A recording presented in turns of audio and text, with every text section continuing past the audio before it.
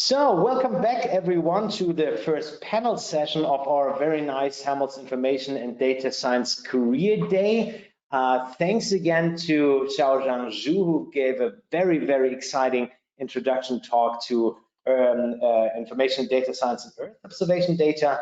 And joining us on the panel is Professor Marek Behr from the very prestigious RWTH Aachen University, who's also a principal investigator in one of our very nice Helmholtz Information and Data Science schools. Marek, thank you so much for joining us here. After we heard from Xiaoxiang, maybe you can give a brief introduction into your line of work? Yes, of course.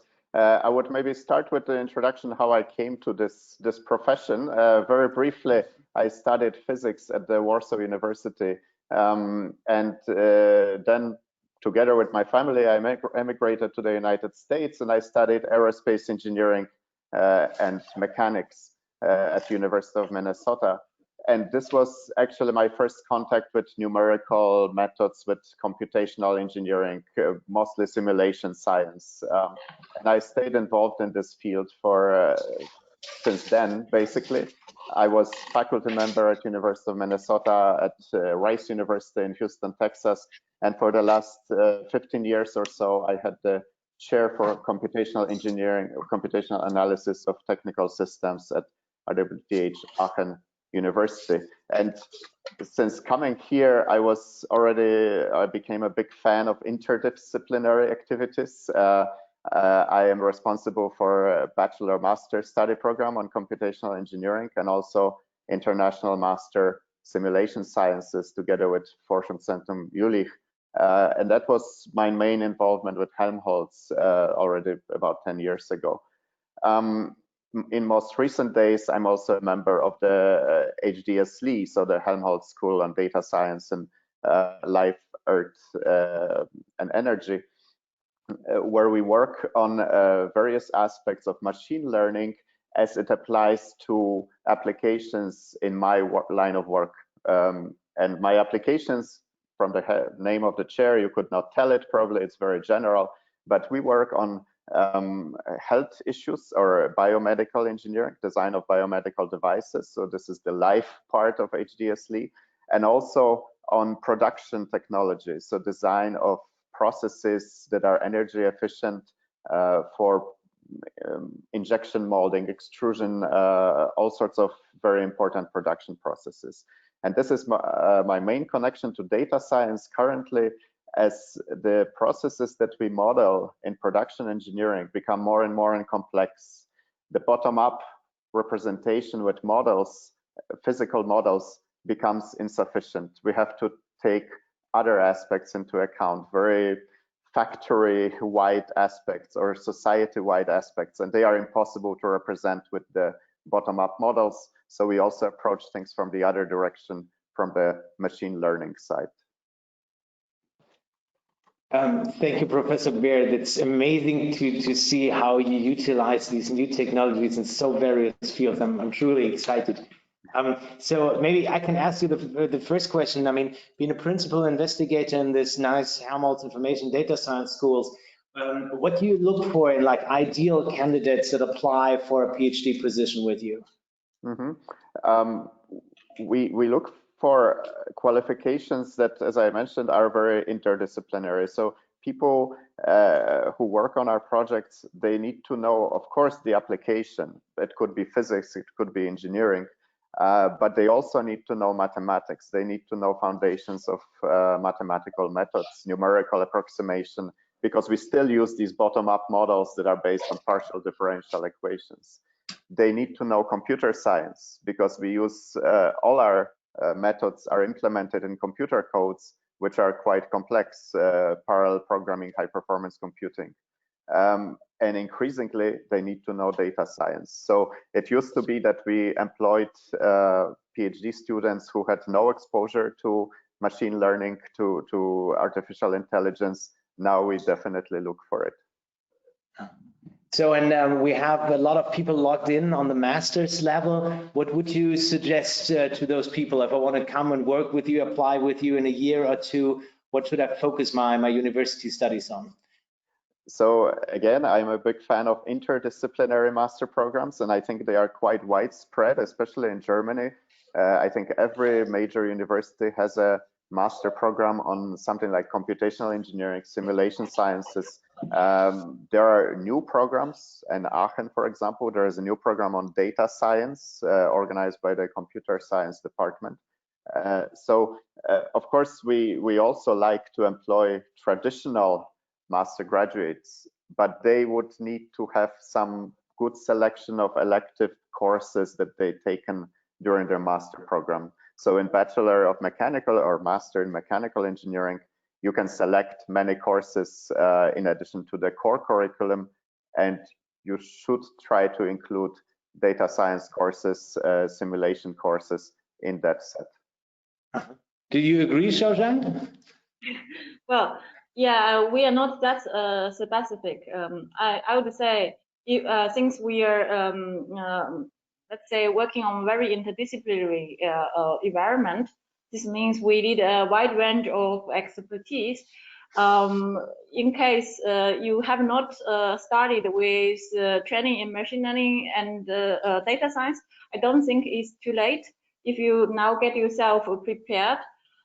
In the end, if you can really do a good job in engineering or nature science domain, and you have passion for instance, for space, for Earth observation, then I do believe that you can also learn fast. So I think I'm not that strict. I did not want to make an impression that this is a just all or nothing requirement. This is a preference. The main quality is, of course, your drive as a master student, your achievements in the courses. The curriculum is a plus. Okay, so I hear from both of you, as long as I'm passionate about some questions, maybe from the methodology, maybe from the application side, that would be the first big requirement to apply with you, and I'm sure that you are able to teach what is missing, right? So let me remind everybody else, if you want to ask questions to Marek or Xiaoxiang, please utilize the chat. You can find it in the dashboard of the, well, maybe it's on this corner, I don't know, but you can use the dashboard that says chat and just post a question for both of them or individually. Marek, let me come back to your statement regarding numericals. Is numerical science dead, or will the computer methods and the machine learning take over now, or is it something that we should still keep in mind? This I would like to contradict very strongly. When I look at our modeling activities, it is still probably 80% traditional modeling and 20% the data-based models. Of course, in other disciplines, it is different, and we have to recognize that. I think it is not reasonable just because we have these success stories from machine learning to reject all our knowledge about fundamentals of physical phenomena. They still give the answer. If we know the model that is algebraic or differential equation based, they will give you the answer the fastest. However, they are not applicable to many complex systems. And that's where we need, from the other side, the machine learning and data science approaches. I very strongly feel about this, that basic modeling is not that. It makes me very happy being a physicist myself to hear that. So, Xiaoxiang, how is it with you? I mean, Marek says only 20% database. I think your work is a little more heavy on that side, right? Yeah, so I mean, because of the petabytes of data we have, basically we have no other option than to take AI in Earth observation. In the beginning, one might have a naive thought that we simply buy in data scientists from any domain and then they will do the job. But of course, this is not the case because we have a high requirement to serve different applications. In the end, we actually need Earth observation specific AI development. Therefore, for example, to get a tailored machine learning algorithms, we need domain expertise, and also in order to get the next generation of the models, it's always good to have physics aware machine learning methods, and also try to basically have a way to integrate the domain expertise we have already for decades. All right. That's very alchemy. That's another topic that we could also discuss for hours now. But I've one question before we tend to the questions in the chat. I mean, you're both principal investigators in these nice Helmholtz information and data science schools. The core philosophy is to bring together the application and data that we have on the Helmholtz side, and the methodology and computer science skills from the university side. Those schools have been running for 2 years now. You're both involved. What are your impressions? Is this a good approach? Is the strategy that we should pursue further? What does it bring to the students, to the PhD candidates involved? Xiaoxiang, maybe you want to start? Yeah, I mean, this is definitely a successful model. So as I actually mentioned already before, in order to basically have success in data science for Earth observation, for example, these two components are equally important. And with our schools, you really have the chance to have the top expert from both fields and co-supervise the student. In this way, we're actually training the next generation of data scientists who have a home, more or less, for all the technology they have learned or developed. And also, this also gives us actually from our domain as another motivation is that, you know, in the CVE community, many people are labeling dogs, cats. We do believe we can use our talent for more important real-world problems.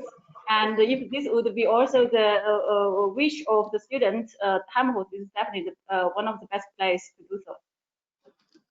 Thank you. Do you agree, Marek? What are your impressions from Aachen and Jülich?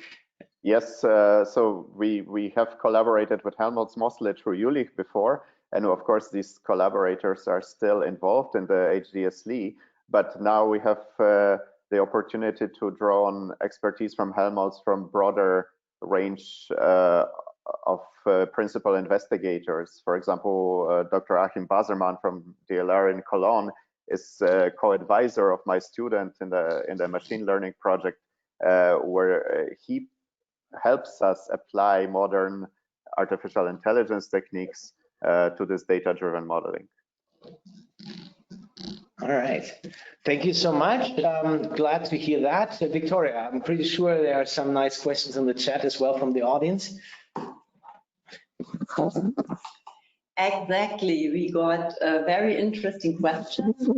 And a couple of them are referring to opportunities for young researchers, especially for postdocs in data science, machine learning. So what would you suggest the young scientists? It's a general, asking for general suggestion, or could it be a bit more specific? Yeah, how to get access, exactly. Is there any opening for young research in data science, machine learning? Is Kazim, for example, asking, so currently? Yeah, okay. I mean, maybe I can start. I mean, basically, in the whole, let's say, field of data science in Helmholtz, in general, I think we are all very eager to looking for more talents. And if you are interested in specific areas, it's always advised that you can check, for example, our initiatives like Helmholtz AI or our research schools. And in order to access to a certain domain, you can always contact the contact person for each domains. I think they should have the first-hand contact in order to forward your application to the appropriate PIs. What are your thoughts, Marek? Yeah, so I think in general, the future for young researchers with data science background is very bright. When I look at the establishment of new professorships, things like that, new projects with postdoc positions, I see them all around. We just established a data science and mechanical engineering professorship at our faculty. Of course, that kind of ties to the question, academic career or research center career or industry career. These are very general questions that probably we should not discuss here. But also the issue of network that was already mentioned is very important. I think through the Helmholtz schools, you establish the right connections to at least the entry into the network of active researchers in this field, and this is extremely important. And yeah, I think you have to ask your supervisors, you have to ask anybody who you are get in contact with through the Helmholtz schools. If I may add one sentence to that, I mean, situations are changing. So 5 years ago, we are at a situation that we are competing with big internet companies who offer very attractive salaries to data scientists doing, let's say, more fun type of research. And that was the starting point where we decided to have a research schools to really have people excited, not only data science, but also want to apply them for, let's say, relevant, research areas that are basically have social impact. And I'm very happy to see that actually turned out to be a success, as we can see from today's number of participants. And so on. So I just want to say this is our basic attitude. We really want to attract people to do the things we do, and therefore never hesitate to contact different schools and or different centers. Maybe I can expand a little bit on the question. I mean, you both made extremely exciting career steps in your life, and you're both obviously international researchers who have come to Germany at some point. Today's the people logged in today are 70% international audience. Do you have like some advice, something that you learned along the way? What's important to keep in mind when you want to like enter the German academia, the German research fields? Marek, do you have like some key suggestions for the audience? I guess I would encourage you to look at Germany. I mean, I'm an American. I came to Germany also for personal reasons, but I don't regret this at all. And I'm still involved in the US system. I'm an adjunct professor at Rice. I do see the major differences in the stability of careers in Germany, in the maybe more opportunity to do fundamental work. I don't know if you know this, but in the United States, you often have to switch your research based on the top-down priorities of the funding agencies. And I think in Germany, the situation is a little bit more stable. You might see a lot of exciting research coming from the US, but usually people move very quickly to other areas once the funding changes, and there is no opportunity to develop these ideas over a prolonged time to make a real impact. So that's, I'm a living advertisement for the German system. Xiaoxiang, does it compare to your experiences?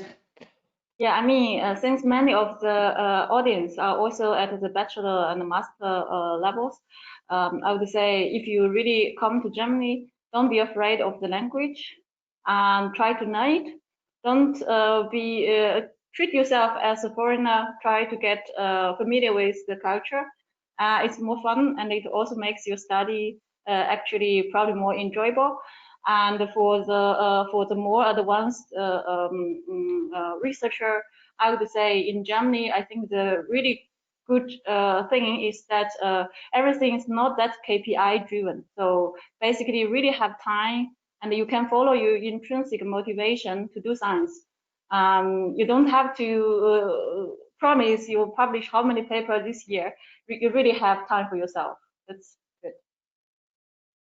All right, great. So thank you for these experiences. Let me come back to the core of the panel. We were talking about careers in data science, aeronautics, and space. So if you would try to get somebody very excited to think about the future of aeronautics and space and what will arise from the methods and technologies that you are employing right now, and the application side that you are pushing with your work.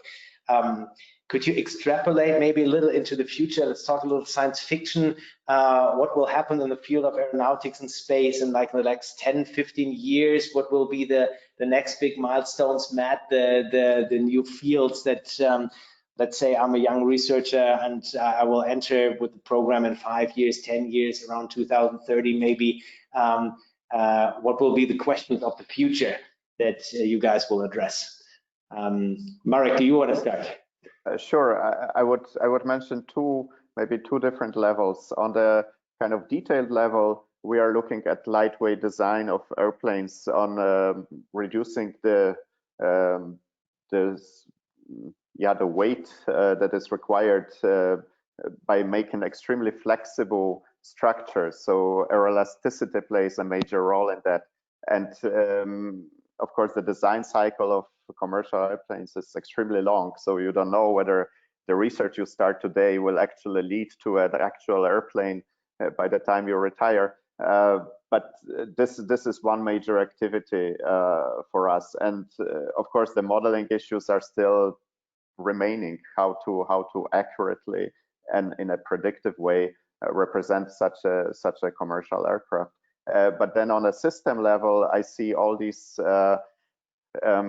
systems that need to be designed definitely using data science approaches, because there are no bottom-up level models for that, like unmanned vehicles, taxis, air taxis. All of them need to be designed not only as a single vehicle, but also as a system. And these systems are extremely complex to design and to manage. Yeah, Xiaoxiang, how about your special fields? What are the questions of the future? Yeah, I mean, the fact is very simple. We only have one home planet, which is the Earth. So we try to derive geoinformation in order to lead a better understanding of the surface of the Earth. And of course, eventually what would be helpful is also to have interventions against the current global warming. Recently, the Green Deal of Europe. I mean, Earth observation is basically serve like eyes, nose, hands of a person to basically make you get this first-hand of information. I believe in 10 years, along with advancement in machine learning and also big data analytics, maybe we can have it like a standard tools, and then in turn we can also bring breakthroughs in all these different fields when it comes to our home planet and how the interventions we can take in order to somehow make it more sustainable. So to roughly summarize, we'll have ultra lightweight planes for Marek and satellite hands from Xiaoxiang in 10 years. Yeah. Thank you, guys. This is amazing. We'll have some more questions in the chat. Victoria? Yeah, exactly. Farley is asking, the world is already embracing open source platform and codes for machine learning. Have you ever used open source codes for your projects? Do you embrace code sharing? That's an interesting question. Who wants to go first? Yeah, okay. Xiaoxiang, you start, yeah. Yeah, so I mean, of course, we are working on in a collaborative manner. We use the open code. We also publish our code trained model. And as I mentioned already in my presentation, if we get global geoinformation, we also want to make it open access. Mm-hmm. We are working on a computational mechanics code, which includes a lot of models in it. This code goes back to probably 20 years ago when I was a PhD student. Only parts, some supporting parts of this code are open source. We share this code, of course, with the collaborators, but we have not yet invested simply the time for open sourcing it. We develop a next generation code which would have the same functionality, and this is already open source. So we definitely, our students push in this direction. and we also go in this direction. So thank you very much. We have another interesting question from Yasser, who's asking, I did my PhD from in Aachen in fuel cell technology optimization by machine learning and experimental design. And I'm passionate about energy and IA field in general. What opportunities do I have to advance? That sounds Marek. like it's just Marek, yeah. Yeah, so of course fuel cells are a large topic in Aachen, and I think again that's a question of asking the right people, or not just waiting for an advertisement to come up, but to approaching the right institutes. There is a large group of institutes working on excellence cluster, which is a related field.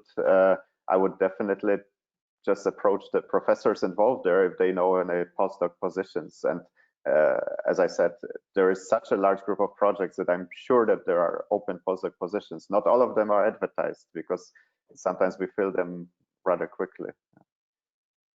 Maybe I can add one thing. So in Helmholtz AI, we do have a local unit on energy. And for each of these local units, we have, on the one hand, AI consultant team. So if you are already trained in machine learning and you have some expertise in energy, you can then use your expertise to support other researchers who is from the energy sector, if you are one of these consultants. And there is also an opportunity to have young investigators group, but I guess this position is probably filled. Therefore, I would advise you also to contact the head of the Helmholtz AI local unit energy. Mm-hmm. That's a very good suggestion. So thank you so much, Xiaoxiang. One last quick question. Yeah, very interesting question from Max, who is asking, hello, thank you very much for the interesting panel. In your groups, is research only focused on applications or also on fundamental machine learning research? Does anyone do fundamentals? I can go quickly because no, we do not develop fundamental methods in machine learning. We use methods of our collaborators, as I mentioned, from DLR Cologne and from another institutes in Aachen. So that's just my status. If I would contact Aachen or check out the website of RWTH, somebody who does that, right? Yes, there's, as I said, chair for machine learning or data science and mechanical engineering. Sebastian Trimpe just joined us. There are other chairs. I can provide a list. Right. So maybe get learned there and then join Marek for the lightweight planes applying these techniques. Xiaoxiang, how about you? Probably the same, right? Yeah, no, we are doing fundamental machine learning research. As I already presented in my presentation, we look at, let's say, the generic problems we need solutions for Earth observation, like how to combine physics domain expertise with machine learning, like reasoning. This means not only recognize semantics, but try to get a spatial temporal relation of the data, or even derive knowledge from the data. Like uncertainty, because we want to have how reliable the results could be, and also many other things, including even ethics, because we need to take care of data bias, data privacy, and to have a really secure way to share data such that you will not be misused. We also look at the computing aspects, automated ML, all these kind of things. We are doing actually very intensive research on that. Quite impressive. All right, guys, thank you so much. I have to look at the time. Obviously, we're the most exciting panels come to an end too quickly. I want to thank you both wholeheartedly to take the time to get everybody excited. I got very excited about the opportunities in your respective schools. To all the audience, please check out the MATS school, Xiaoxiang School at Munich, and the HITS-LI, the Helmholtz Information Data Science for Live Earth and Energy, where Marek is a principal investigator on the fair side of the conference. We will leave you to it. thank you to the both of you again. It was a great pleasure having you on this first panel.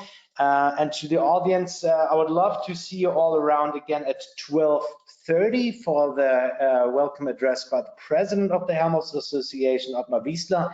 12:30, please log in for that.